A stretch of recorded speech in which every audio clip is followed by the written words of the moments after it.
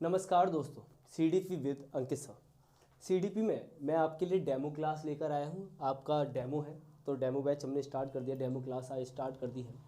तो demo class start करने से पहले मैं आपको बता देता हूँ, ये पेड बैच है जिसकी फ़ीस हमने बहुत ही कम रखी है, यानी कि 499 रुपये 499। इस 499 में हम आपको कंप्लीट सीडीपी करा कर देंगे। सीडीपी ऐसा नहीं कि 20 दिन की क्लास, 30 दिन की क्लास या 40 दिन या 50 दिन की क्लास में ख़त्म हो जाएगी। सीडीपी ख़त्म होने के लिए 120 से 150 दिन की क्लास हम आपको देंगे, यानी कि 120 से 150 घंटे की क्लास हम आपको सीडीपी की देंगे। इस सीडीपी की क्लास में हम आपको सीटेट प्लस एस्टेट यानी कि शिक्षक भर्ती दोनों को टारगेट करके चलेंगे, यानी कि इन दोनों का सिलेबस कंप्लीट कराएंगे। और जब इन दोनों का सिलेबस कंप्लीट कराएंगे तो यूपी टेट का सिलेबस ऑटोमेटिक ही कंप्लीट हो जाएगा। तो अब ज़्यादा टाइम वेस्ट नहीं कर रहे हैं, हम डेमो क्लास स्टार्ट करते हैं। और डेमो क्लास में आज का हमारा पहला टॉपिक होगा, जो बाकी में वैसे भी पहला ही टॉपिक है, साइकोलॉजी का ऑरिजिन ऑफ साइकोलॉजी या मनोविज्ञान या हिस्ट्री ऑफ मनोविज्ञान। तो मनोविज्ञान की उत्पत्ति को जानेंगे, ऑरिजिन ऑफ साइकोलॉजी को जानेंगे। तो मनोविज्ञान की उत्पत्ति को जानेंगे आज हम, कि मनोविज्ञान का जन्म कहाँ से हुआ। क्या मनोविज्ञान अपने आरंभ में मनोविज्ञान ही थी या मनोविज्ञान को आरंभ में कुछ और कहा जाता था। तो दोस्तों, साथियों, मेरे प्यारे बच्चों, हम बहुत अच्छी तरीके से जानते हैं कि ज़्यादातर नंबर ऑफ सब्जेक्ट्स का ओरिजिन होता है फिलॉसफी यानी कि दर्शन शास्त्र से। दर्शन शास्त्र के बारे में हम जानते हैं कि दर्शन शास्त्र दूसरी तीसरी शताब्दी का विषय हुआ करती थी। उस वक्त प्लेटो, अरस्तु जैसे मनोवैज्ञानिक उस टाइम पर हुआ करते थे। तो अब जब सभी सब्जेक्ट का जन्म दर्शन शास्त्र, ज़्यादातर सब्जेक्टों का जन्म दर्शन शास्त्र से हुआ है, तो मनोविज्ञान कैसे अछूती रह जाती। तो मनोविज्ञान की उत्पत्ति के बारे में आज हम आपसे बात कर रहे हैं। तो मनोविज्ञान की उत्पत्ति, मनोविज्ञान को अपने आरंभिक समय में आत्मा के विज्ञान के रूप में जाना जाता है। किस रूप में जाना जाता है? साइंस ऑफ सोल, आत्मा का विज्ञान। यानी कि मनोविज्ञान जो आज वर्तमान में व्यवहार का विज्ञान है, वो कभी व्यवहार का विज्ञान हुआ नहीं करती थी। वो क्या हुआ करती थी? आत्मा का विज्ञान हुआ करती थी। अब आत्मा के विज्ञान यानी कि आत्मा के विज्ञान की बात किसने की? आत्मा के विज्ञान की बात यानी कि father of science of soul of science की बात की मिस्टर अरस्तु ने। और अरस्तु ने जब मनोविज्ञान की बात कर रहे हैं शुरुआत में आत्मा का विज्ञान कहकर, इसीलिए मिस्टर अरस्तु को मनोविज्ञान का जनक माना जाता है। क्या माना जाता है? मनोविज्ञान का जनक माना जाता है। अब अरस्तु ने मनोविज्ञान में आत्मा के विज्ञान की बात की, इनको जनक मान लिया। अरस्तु का, अब मैं समझा रहा हूं कि जननी कौन। अरस्तु का जो मेन सब्जेक्ट था, मुख्य विषय थी,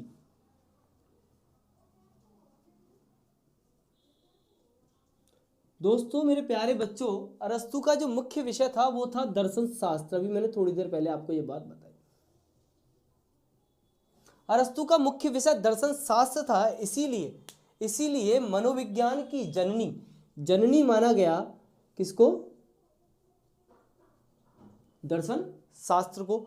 अब मैं आपसे कह रहा हूं कि मनोविज्ञान के जनक अरस्तु, मनोविज्ञान की जननी दर्शन शास्त्र, तो इसे आत्मा का विज्ञान क्यों कहा गया?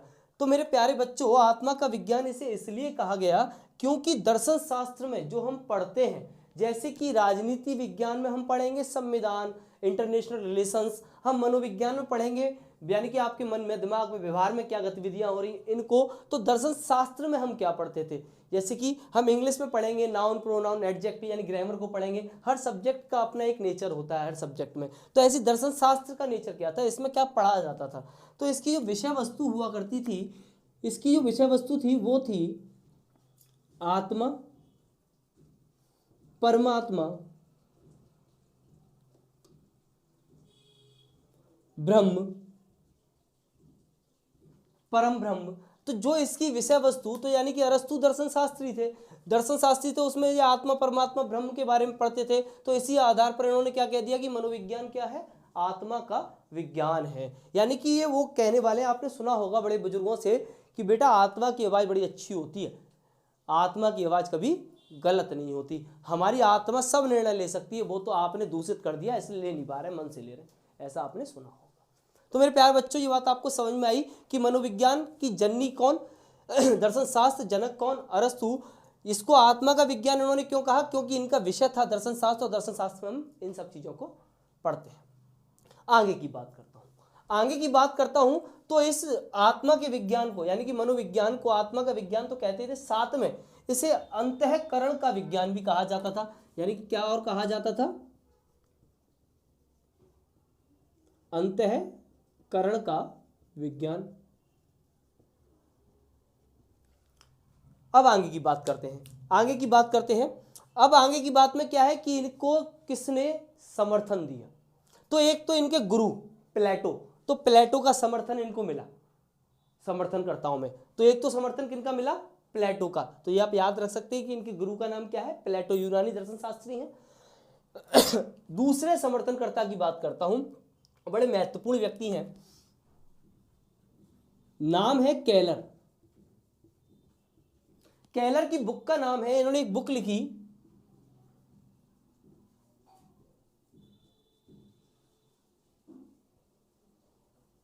साइकोलॉजी। क्या नाम था बुक का, यानी कि हिंदी में इस बुक का नाम मनोविज्ञान नहीं था बल्कि साइकोलॉजी ही था। इस साइकोलॉजी नामक बुक में इन्होंने कहा, केलर महोदय ने कहा कि मनोविज्ञान के जनक अरस्तु और जननी दर्शन शास्त्र है। इस बुक में इन्होंने क्या कहा, इस बुक में इन्होंने कहा कि मनोविज्ञान के जनक अरस्तु और जननी दर्शन शास्त्र। तो मेरे प्यारे बच्चों, जो मैं आपको पढ़ा रहा हूं इसके आपको नोट्स भी प्रोवाइड करा दिए जाएंगे पीडीएफ फॉर्म में, तो टेंशन लेने की बिल्कुल जरूरत नहीं है। अभी हम समझ लेते हैं, ठीक है। तो इस बुक में इन्होंने क्या कहा कि मनोविज्ञान के जनक कौन है, अरस्तु और जननी दर्शन शास्त्र है। तो मेरे प्यारे बच्चों, ये क्वेश्चन पूछा गया है कि मनोविज्ञान के जनक कौन, तो जनक कौन है, अरस्तु, जननी कौन, दर्शन शास्त्र। आगे की बात करता हूं, उम्मीद करता हूं ये बात आपकी समझ में आई होगी।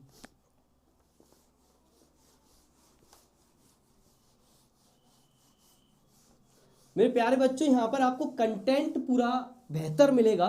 हाँ, तकनीकी का अभाव है भाई, डिजिटल बोर्ड नहीं है, ठीक है, तो कंटेंट में आपको प्रॉब्लम नहीं होगी। तो थोड़ा सा मेरे साथ आपको सपोर्ट करनी पड़ेगी, और आपकी सपोर्ट रही तो बहुत जल्दी हम डिजिटल फॉर्म में और आ जाएंगे। तो तब तक आप सपोर्ट करें, मैं और आगे बढ़ता हूँ। यानी कि इनका सपोर्ट, इनका समर्थन अन्य किसने किया। तो महत्वपूर्ण व्यक्तियों के नाम बता रहा हूँ। अब एक व्यक्ति का नाम आता है इनके समर्थनकर्ताओं में ही, मिस्टर गैरेट का।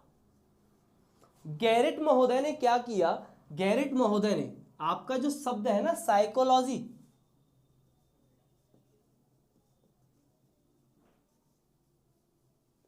तो प्यारे बच्चों साइकोलॉजी जो शब्द है वो किस भाषा का है।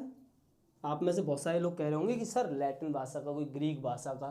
तो मेरे प्यारे मूर्ख बच्चों, मनोविज्ञान को अंग्रेजी में कहते क्या है, साइकोलॉजी तो कहते हैं। ये पूछा गया क्वेश्चन, तो ये कौन सी भाषा का शब्द है साइकोलॉजी। तो प्यारे बच्चों, साइकोलॉजी शब्द है अंग्रेजी भाषा का। दिमाग लगा लिया करो थोड़ा सा, कौन सी भाषा का शब्द है, अंग्रेजी भाषा।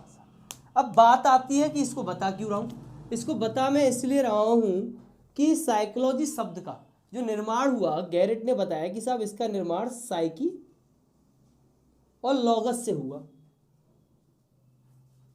किससे हुआ, साइकी और लॉगस से हुआ। अब साइकी और लॉगस से इसका निर्माण हुआ, तो प्यारे बच्चों साइकी और लॉगस ये दोनों जो शब्द हैं, ये शब्द हैं किस भाषा के, ग्रीक या यूनानी भाषा के।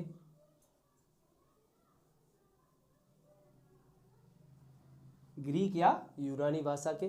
तो यहां तक तो आपको पता है। गैरेट ने क्या स्पेशल किया, गैरेट महोदय ने कहा कि सर, इन्होंने कहा कि भाइयों साइकी का अर्थ है आत्मा, इनके हिसाब से साइकी का अर्थ क्या है? इनके हिसाब से साइकी का अर्थ क्या है? आत्मा। तो इन्होंने कहा कि देखो भैया, साइकी का अर्थ आत्मा है और लोगस का अर्थ अध्ययन, तो साइकोलॉजी का अर्थ क्या हो गया? आत्मा का अध्ययन। यानी इन्होंने कैसे समझाया? इन्होंने समझाया कि देखो, जिस प्रकार साइकी का अर्थ आत्मा और लोगस का अर्थ अध्ययन करना होता है, उसी प्रकार साइकोलॉजी का अर्थ है आत्मा का अध्ययन करना। बात समझ में आई? ठीक है। अब बात आती है कि इतना कुछ इन्होंने बता दिया, तो ये विज्ञान क्यों नहीं? हम इस पर रुके क्यों नहीं, आगे क्यों बढ़े? तो प्यारे बच्चों, ये कह रहे हैं कि आत्मा का विज्ञान, तो साइंस क्या है? साइंस प्रमाण मांगती है, साइंस प्रत्यक्ष होती है। अगर मैं एक सिंपल भाषा में बात करूं तो मानव इंद्रियों से जिसका संपर्क बनाया जा सके वो क्या है? साइंस है। देखा जा सके, महसूस किया जा सके, वो क्या है? साइंस है। जो प्रमाण दे सके। मैं कह रहा हूं कि आत्मा है, आप कह रहे नहीं है। मैं कह रहा हूं, अब आपने मुझसे पूछा प्रूफ करो, तो कोई प्रूफ नहीं। मैं कह रहा हूं नहीं है, आप कह रहे हैं, और मैंने आपसे प्रूफ मांगा तो बोले कोई नहीं। तो जब आत्मा का प्रूफ नहीं तो वो विज्ञान कैसे?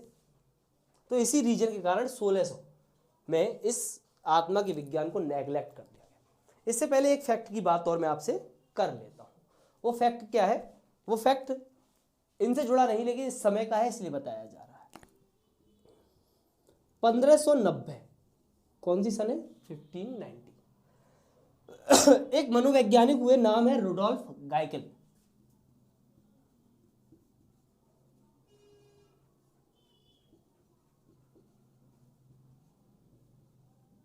रुडोल्फ गाइकेल नामक मनोवैज्ञानिक हुए और इनकी एक पुस्तक आई, साइकोलॉजिया।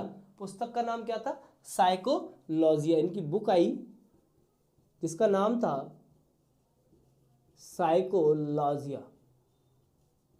साइकोलॉजिया नामक बुक में, इस बुक में सबसे पहले मनोविज्ञान नामक शब्द का प्रयोग किया गया। इसमें क्या हुआ?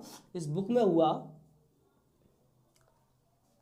सर्वप्रथम मनोविज्ञान नामक शब्द का प्रयोग।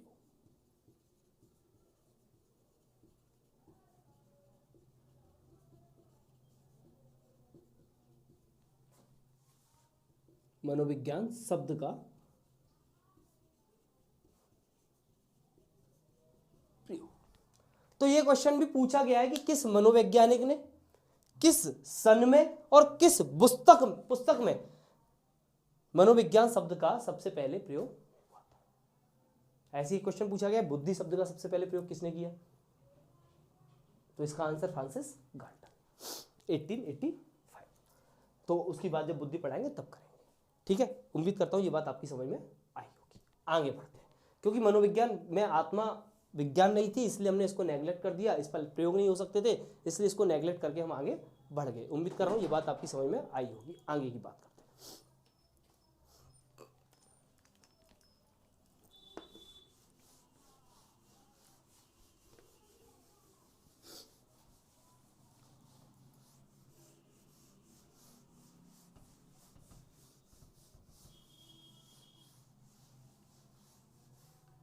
इसी बढ़ते क्रम में अगली बात करता हूं मन या मस्तिष्क के विज्ञान की। ठीक है, किसकी बात करता हूं? मन या मस्तिष्क का विज्ञान।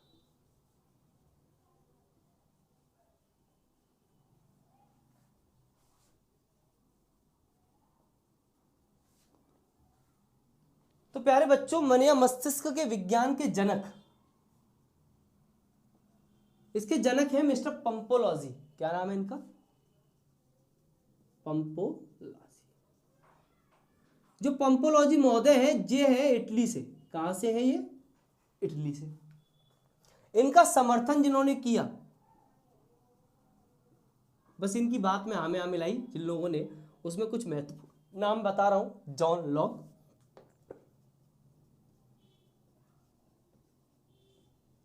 थॉमस रीड,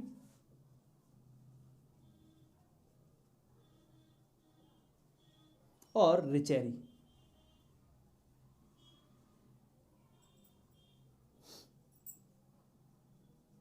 ठीक है भाई, जॉन लॉक, थॉमस रीड, रिचेरी। अब इन्होंने क्या स्पेशल किया? इन्होंने कुछ स्पेशल नहीं किया। इन्होंने क्या किया? पंपोलॉजी साहब ने क्या काम किया, इन्होंने मनोविज्ञान शब्द को उठाया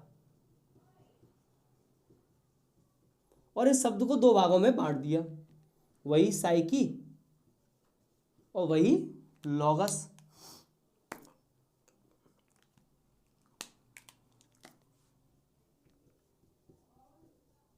वही साइकी वही लॉगस। बस इन्होंने कहा कि भाई साइकी का अर्थ मन आत्मा नहीं होता, मन या मस्तिष्क होता है। इनके हिसाब से क्या होता है, मन या मस्तिष्क, और इसका अर्थ होता है सब अध्ययन करना। देखो समझने की प्रयास कोशिश करो, जो समस्या आई समाधान उतना हुआ, जितनी समस्या उतना समाधान। यही समस्या वहां क्या थी, समस्या ये थी कि आत्मा को देखा नहीं जा सकता, आत्मा को कैसे मान लें, तो इन्होंने कहा मस्तिष्क को तो मानोगे। तो उन्होंने क्या कहा, अब वहां समस्या क्या आई कि मानव की इंद्रियों से परे है, इन्होंने ये तो है, तो इन्होंने पता क्या कहा, इन्होंने अपने मन मस्तिष्क के विज्ञान में कहा कि मानव इंद्रियां ज्ञान या समस्या को ले जाकर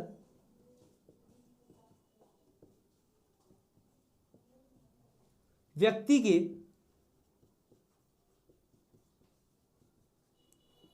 मन या मस्तिष्क को प्रदान करती है।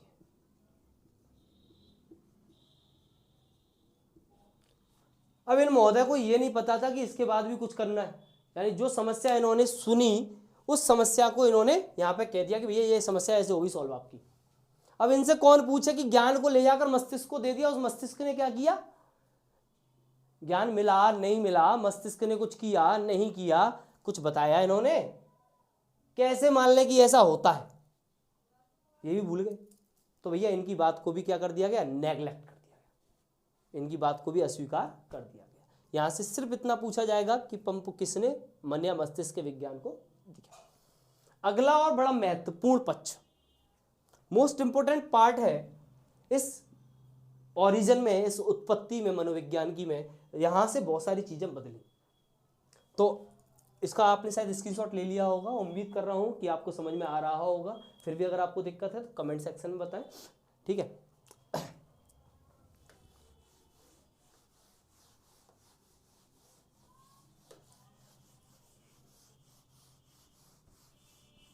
अभी डेमो क्लासेस हैं इसलिए लाइव नहीं आ रही, और जल्दी ही क्लासेस आपको लाइव मिलना स्टार्ट हो जाएगी।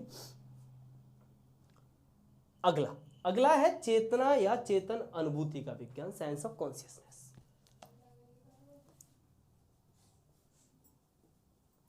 चेतना या चेतन अनुभूति का साइंस ऑफ कॉन्शियसनेस। तो प्यारे बच्चों ये किसने दिया इसकी बात करूंगा बाद में। पहले मेरे दिमाग में कुछ शब्द आ रहे हैं, जैसे कि एक शब्द तो यही है चेतना, और जब चेतना आता है, जब कॉन्शियसनेस शब्द आता है मेरे दिमाग में, तो हमेशा ऐसा होता है तो कॉग्निटिव भी आ जाता है। कौन सा और आ जाता है, कॉग्निटिव भी आ जाता है। और जब कॉग्निटिव आता है तो इसके साथ एक और शब्द आ जाता है जिसको हम स्कीमा कहते हैं। तो प्यारे बच्चों चेतना किसे कहा जाता है, संज्ञान किसे कहा जाता है, स्कीमा किसे कहा जाता है, तो बता देता हूं मैं आपको। चेतना को आप इस तरीके से समझें कि मस्तिष्क में किसी चीज को देखकर जो विचार जन्म ले रहा है, जो सेंस है, वो है चेतना। क्या है, चेतना। मस्तिष्क के आंतरिक भाग में जन्म लेने वाला पहला विचार क्या है, चेतना। जैसे एग्जाम्पल बता रहा हूं, मैं आपको पढ़ा रहा हूं, मच्छर ने खाया, मच्छर ने मुझे खाया, उसने खाया, मुझे पता चला, मुझे ये पता चला कि मुझे किसी ने खाया है, ठीक है, चेतना। अब इस चेतना को संज्ञान में बदलना है, मुझे कहां खाया है, किसने खाया है, मैं देखूंगा, तो वो क्या हुआ, संज्ञान की, भाई मच्छर ने खाया था, यहां पे खाया था, ये हो गया, ठीक। स्कीमा, अब स्कीमा क्या है कि मुझे तब मच्छर ने खाया था, यार एक बार ऐसा हुआ था कि वहां से जा रहा था, वहां पे मुझे जानवर ने खा लिया यार। समझ में आ रहा है। यानी आप किसी रोड से निकल कर गए, किसी रास्ते से निकल कर गए, आपको कांटा चुभा, कांटा आपको लगा, और जब कांटा लगा तो गाना नहीं गाया, कांटा लगा हाय लगा, ये नहीं गाना। जब आपको कांटा लगा तो आपको जब कुछ चुभा तो आपका सेंस क्या है कि कुछ चुभा है, आपको अभी तक नहीं पता कि ये कांटा है, कुछ चुभा है पैर में। बात समझ में? तो वो क्या था? चेतना। अब वो कुछ क्या है उसको आपने देखा, तो अब बहुत सारे विचारों का समुच्चय इकट्ठा हुआ, संज्ञान कि वो कांटा था, कितना नुकसान हुआ। अब भविष्य में आप उसी रास्ते से निकल कर जा रहे हैं, यहाँ बहुत सारी कटीली झाड़ियां हैं, तो अब आप क्या करेंगे? पहले जो आप बिना देखे अंधाधुंध चले जा रहे थे, अब देख कर जाएंगे, क्योंकि आपके दिमाग में क्या है? स्कीमा के रूप में, एक पॉकेट के रूप में आपके दिमाग कहीं ना कहीं है, सबकॉन्शियस माइंड में वो रखा हुआ है, या तब मैं इस रास्ते से निकल के गया था और तब ऐसी दुर्घटना हो गई थी। बात समझ में आ रही है? तीनों में अंतर क्या हुआ? ये प्रथम विचार, विचारों का समुच्चय, और ये वो जो समुच्चय आपके दिमाग में पॉकेट के रूप में स्थापित हो जाए, जिनका आप भविष्य में प्रयोग करते हैं, स्कीमा।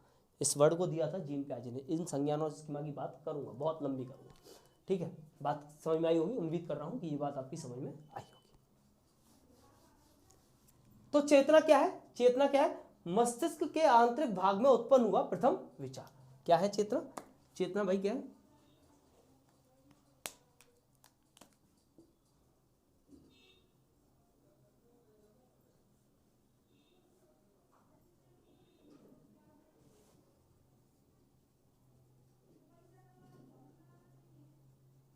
आंतरिक भाग में उत्पन्न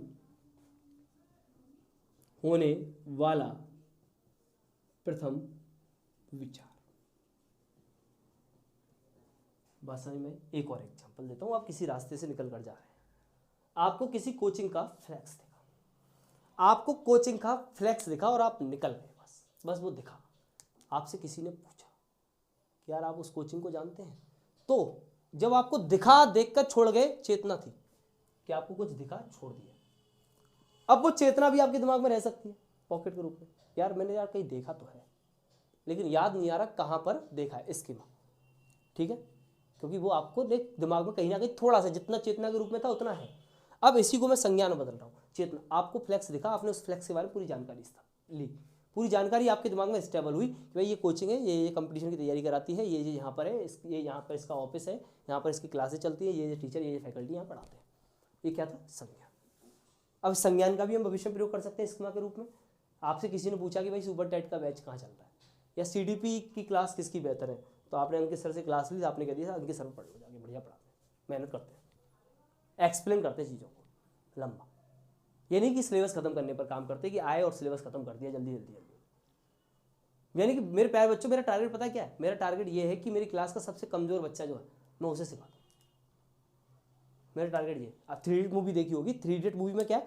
3 इडियट मूवी में जब वो आमिर खान कहता है डीन से कि मैं अपने कमजोर स्टूडेंट का हाथ कभी नहीं छोड़ता, यही मेरा कि मैं अपने कमजोर स्टूडेंट का हाथ कभी नहीं छोड़ता। मैं एक नहीं 1000 एग्जाम्पल दूंगा, और मैं तब तक आगे नहीं बढ़ूंगा जब तक आपकी समझ में नहीं आएगा। सिलेबस खत्म कराना हमारा उद्देश्य नहीं, हमारा उद्देश्य आपका सिलेक्शन है। तो चेतना आपकी समझ में आई। अब लौटते हैं चेतना या चेतन अनुभूति के विज्ञान की तरफ। चेतना या चेतन अनुभूति का विज्ञान। तो चेतना या चेतन अनुभूति का जो विज्ञान है, इस विज्ञान को दिया किसने? इसके जनक को। तो प्यारे बच्चों, इसके जनक हैं मिस्टर विलियम वुंट। इसके जनक कौन है?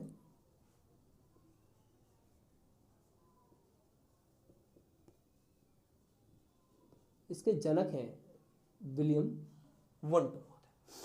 अब विलियम वुंट महोदय इसके जनक हैं, तो मैं अब आपसे अगर पूछूं और आप मुझे अगर बता दें तो आपकी बहुत मेहरबानी होगी कि विलियम वुंट थे कहाँ से।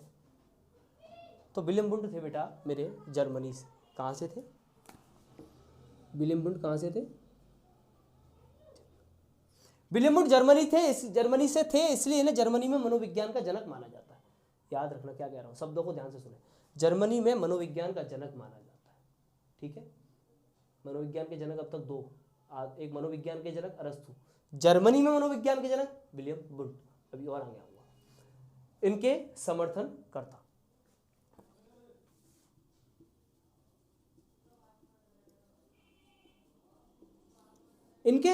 करता है, उनमें सबसे महत्वपूर्ण नाम आता है विलियम जेम्स का।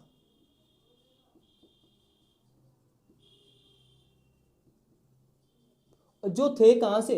America, United state of America से। और विलियम जेम्स को अमेरिका में मनोविज्ञान का जनक माना जाता है। अन्य समर्थनकर्ताओं में नाम लिख रहा हूं, जेम्स सली और वाइस। अब यहां पर एक बात आपकी क्लियर कर देता हूं, आपके लिए बता देता हूं कि कई बार हम लोग गलत करते हैं, बहुत सारे टीचर इसे गलत पढ़ा देते हैं।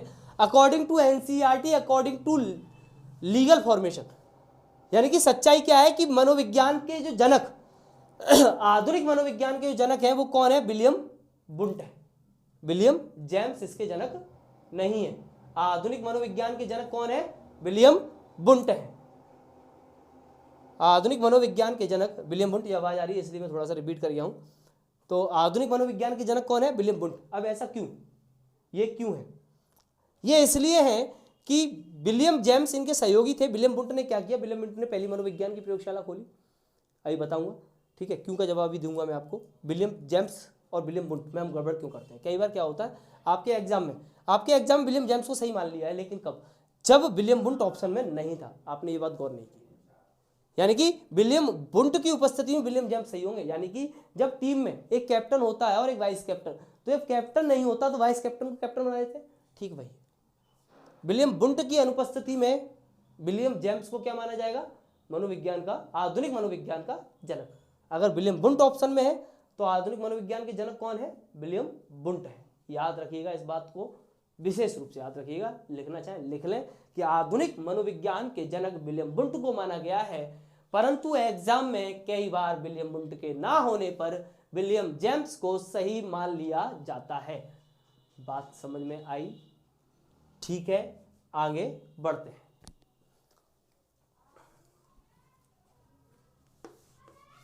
आगे बढ़ते हैं तो हम जानते हैं कि विलियम बुंट को मनोविज्ञान का जनक क्यों? तो विलियम बुंट को मनोविज्ञान का जनक क्यों माना गया, उसके कुछ रीजन थे।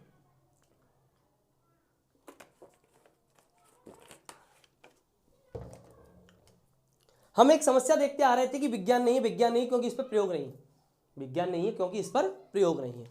विलियम बुंट के प्रयासों से मनोविज्ञान की पहली प्रयोगशाला का गठन कर दिया गया।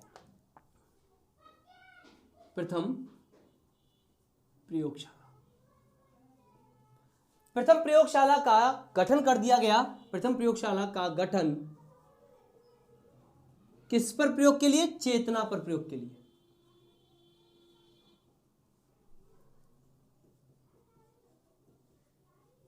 इस मनोविज्ञान की पहली प्रयोगशाला का जो गठन किया गया वो गठन किया गया 1879 लिपजिंग नगर, या पूरा लिखता हूं लिपजिंग विश्वविद्यालय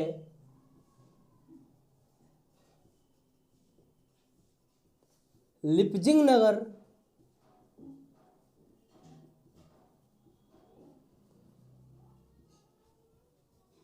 जर्मनी। इस लिपजिंग विश्वविद्यालय को आज हम वर्तमान में हम जिस नाम से जानते हैं, इस लिपजिंग विश्वविद्यालय को वर्तमान नाम क्या है इसका वर्तमान नाम है कार्ल मार्क्स विश्वविद्यालय। क्या नाम है इसका? कार्ल मार्क्स विश्वविद्यालय। ठीक है भाई, इसका वर्तमान नाम क्या है? कार्ल मार्क्स विश्वविद्यालय। तो पहली प्रयोगशाला बन गई चेतना प्रयोग करने हेतु। अब प्रयोगशाला तो है, लेकिन प्रयोगशाला में ऐसा तो नहीं कि दीवारों से प्रयोगशाला खड़ी कर दी। कोई मेथड भी तो होगा, कुछ विधि भी तो होगी, कोई नियम भी तो होगा कि इस नियम पर आप प्रयोग करेंगे। तो इस चेतना पर प्रयोग करने के लिए ना केवल प्रयोगशाला का गठन अपितु एक विधि का गठन भी किया। इन्होंने दूसरा काम क्या किया चेतना पर प्रयोग करने के लिए? पहला काम क्या है? पहला काम प्रयोगशाला का गठन। दूसरा काम क्या किया? अंतर्दृष्टि विधि का गठन किया।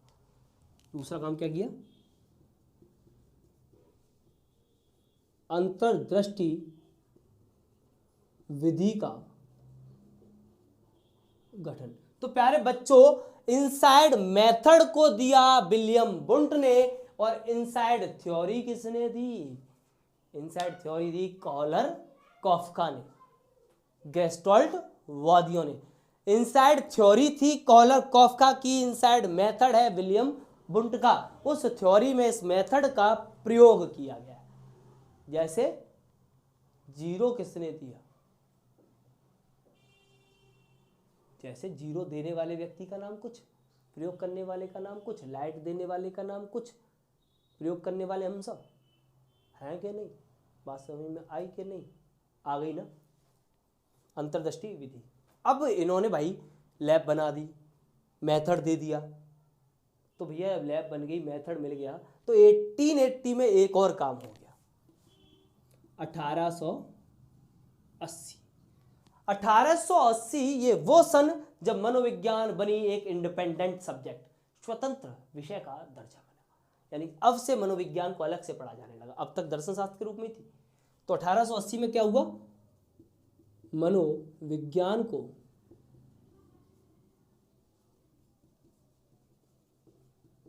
स्वतंत्र विषय का दर्जा।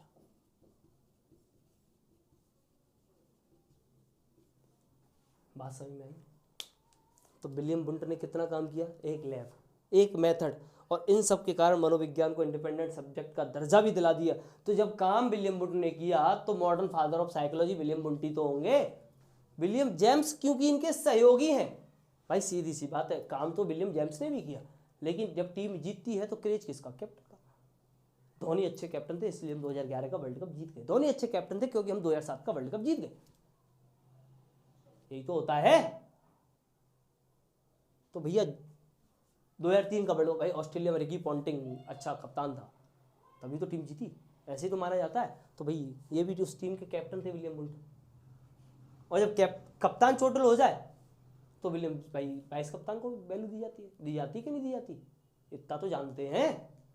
तो बात समझ में आ गई। विलियम बुंट कौन है, मॉडर्न फादर ऑफ साइकोलॉजी हैं। उम्मीद कर रहा हूँ कि बात आपकी समझ में आ रही होगी। तो यहाँ तक बात हुई पूरी। अब मेरा एक सवाल यहाँ से पैदा होता है कि भाई देखो, विज्ञान नहीं है, विज्ञान नहीं, क्योंकि भाई किस पर प्रयोग नहीं कर सकते, लैब बन गई, मेथड आ गया, सब कुछ हो गया, तब हम व्यवहार के विज्ञान की तरफ क्यों आए। ऐसी क्या कमी यहाँ पर रह गई जिस कमी को दूर किया व्यवहार के विज्ञान ने। तो आइए समझाते हैं इस बात को।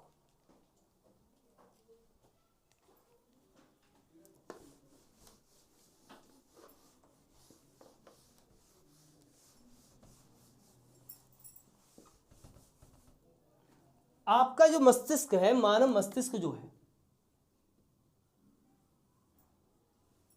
वो दो तरीके से काम करता है, एक इंटरनल और एक एक्सटर्नल, आंतरिक और बाह्य। तो जो चेतना है ना, कॉन्शियसनेस है, वो मस्तिष्क के इंटरनल पार्ट का वर्क है। अब चेतना में क्या है, इसका पता लगाने के लिए कुछ नहीं, इसका पता तो व्यक्ति के व्यवहार से ही लगाया जा सकता है। तो प्रयोग तो इन्होंने किया, लेकिन वो दिखा कहां से, व्यवहार से। इस व्यवहार की बात करना ये भूल गए, तो इसीलिए जन्म हुआ अब चौथा क्या है, व्यवहार का विज्ञान।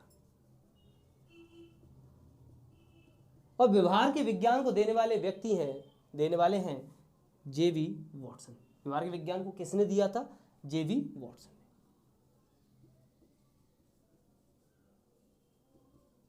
John Broadus Watson. John Broadus Watson ने व्यवहार के विज्ञान को दिया।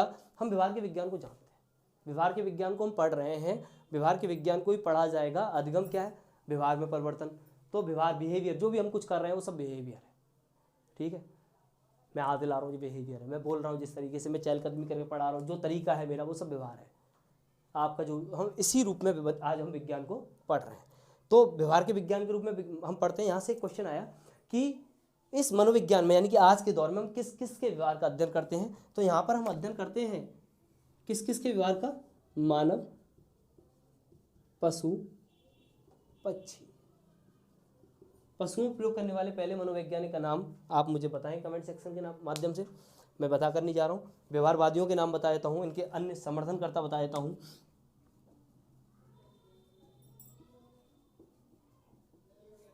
समर्थन करता हूँ मैं McDougall, Thorndike, Pavlov, McDougall, Thorndike, Pavlov, Skinner, Woodworth, ये सब इनके कौन है, समर्थन करता है। यानी कि Skinner, Pavlov, Ivan P Pavlov है, थॉर्नडाइक, मैक्डोगल, वुडवर्थ, ये सब समर्थन करता है। तो उम्मीद करता हूँ कि ये बात आपकी समझ में आई होगी। व्यवहार के विज्ञान की बात तो हमें लंबी करनी है, यहाँ पर एक परिभाषा बोल रहा हूँ विलियम वुडवर्थ की, ठीक है, और उस परिभाषा के साथ मनोविज्ञान के इतिहास को हम पूरा कर देंगे।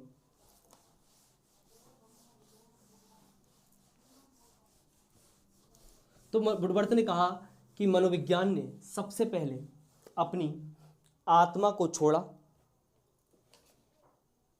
आत्मा को छोड़ा, मन मस्तिष्क को त्यागा, चेतना को खोया और व्यवहार को अपना लिया। वुडवर्थ ने क्या कहा? मनोविज्ञान सबसे पहले आत्मा को छोड़ा, मन मस्तिष्क को खोया, वो मन मस्तिष्क को, आत्मा को त्यागा, मन मस्तिष्क को छोड़ा, चेतना को खोया और व्यवहार को अपना लिया। यानी क्या कहा इन्होंने? आत्मा को